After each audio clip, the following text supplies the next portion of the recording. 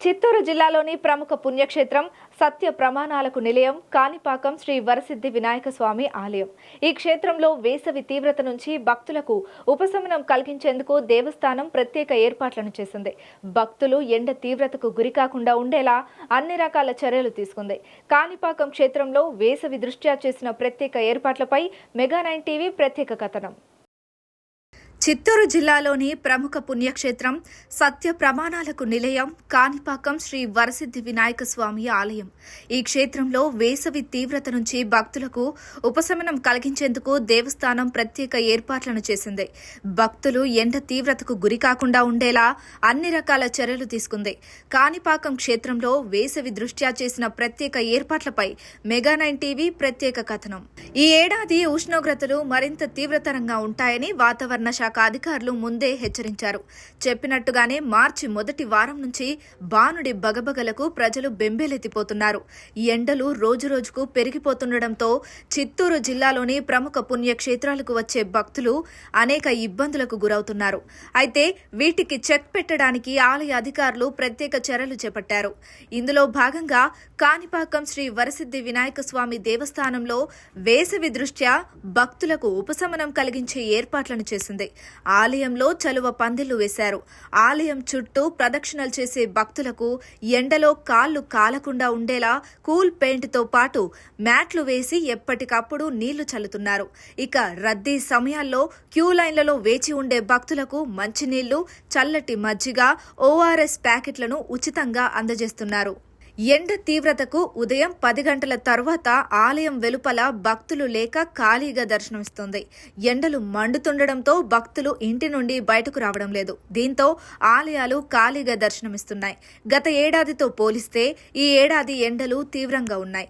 ఇక ఆలయాల్లో ఎన్ని ఏర్పాట్లు చేసినా ఉదయం నుంచి సాయంత్రం వరకు వచ్చే భక్తుల సంఖ్య తక్కువగానే ఉంటుంది. దీంతో భక్తుల ఇబ్బందులను గుర్తించి అవసరమైన సౌకర్యాలు కల్పిస్తున్నట్లు ఈవో పెంచల కిషోర్ తెలిపారు. భక్తుల కోసం ఆలయం వద్ద వైద్య శిబిరాన్ని కూడా ఏర్పాటు చేశామని తెలిపారు.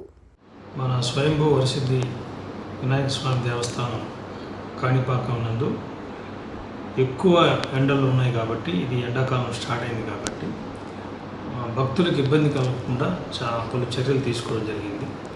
మొట్టమొదట మనం ఆడవీధుల్లో భక్తులు తిరుగుతున్నప్పుడు నడుస్తున్నప్పుడు కాళ్ళు కాలకుండా, ఎండవేడికి కాళ్ళు కాలకుండా వైట్ రిఫ్లెక్షన్ వైట్ సెమ్ వేసాము. దీనివల్ల అసలు టెంపరేచర్ కానీ వేడి ఏం తగలకుండా భక్తులు చాలా సౌకర్యవంతంగా తిరగలుగుతున్నారు. అదేవిధంగా వాళ్ళకి మాడవీధుల్లో కూడా మనం షేడ్ కూడా వేయడం జరిగింది.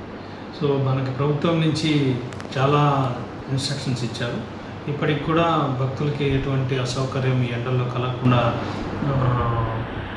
ఖర్చుకు వెనకాడకుండా భక్తులకు సౌకర్యాలు ఏర్పాటు చేయమని చెప్పారు. కాబట్టి మనం షేడ్ ఏర్పాటు చేస్తున్నాం. అదేవిధంగా నడవడానికి కొత్తగా కోయర్ మ్యాట్రస్ కూడా కొని గుడి లోపల, అంటే మన టెంపుల్ కాంపౌండ్ లోపల, అదేవిధంగా మాడవద్దల్లో కూడా మనం కోయర్ మ్యాట్రస్ వేసి భక్తులకి వేడి నుంచి ఉపశమనం కలిగించే చర్యలు తీసుకున్నాం. అంతేకాకుండా భక్తులకి అందరికి కూడా దేవదర్శనం అయిన వెంటనే చల్లని మజ్జిగ కూడా కంటిన్యూస్గా ఇస్తూ ఉన్నాం. ఇది కూడా భక్తులకి ఎండవేడి నుంచి కొంత ఉపశమనం కలిగించే అవకాశం ఉంది. భక్తులు కొంతమంది టాబ్లెట్స్ కానివ్వండి, ఎండాకాలం ORS ప్యాకెట్స్ కానీ ఇలాంటివి కొంతమంది అడుగుతున్నారు. సో చిన్నపిల్లలకి మనం ఎలాగో పాలు ఏర్పాటు చేస్తున్నాం. అది కాకుండా అదనంగా మెడిసిన్స్ కూడా మన మెడికల్ ఆఫీసర్ని అడిగి, హైదరాబాద్ మెడికల్ ఆఫీసర్స్ని అడిగి వాళ్ళ దగ్గర నుంచి ఏదైతే మనం ఎండాకాలంలో ORS ప్యాకెట్లు, అదేవిధంగా మోషన్ టాబ్లెట్లు, వామిటింగ్ రాకుండా టాబ్లెట్స్ అన్నీ కూడా మనం పర్చేజ్ చేసి మన ఫస్ట్ ఎయిడ్ సెంటర్ దగ్గర పెట్టాము. అక్కడ కూడా స్టాఫ్ని రౌండ్ ద క్లాక్ పెట్టినాం. కాబట్టి ఎప్పుడైనా భక్తులకి ఏదైనా ఇబ్బంది కలిగినప్పుడు వెంటనే ఫస్ట్ ఎయిడ్ దగ్గరికి వెళ్ళి ఆ మందులు కూడా తీసుకుంటున్నాం. ఈ రకంగా ప్రభుత్వం నుంచి మనకు వచ్చిన ఆదేశాలన్నింటినీ కూడా అమలు చేస్తూ ఇక్కడ ఎండాకాలం నుంచి భక్తులు ఎటువంటి ఇబ్బందులు కలగకుండా అన్ని చర్యలు తీసుకోవడం జరిగింది.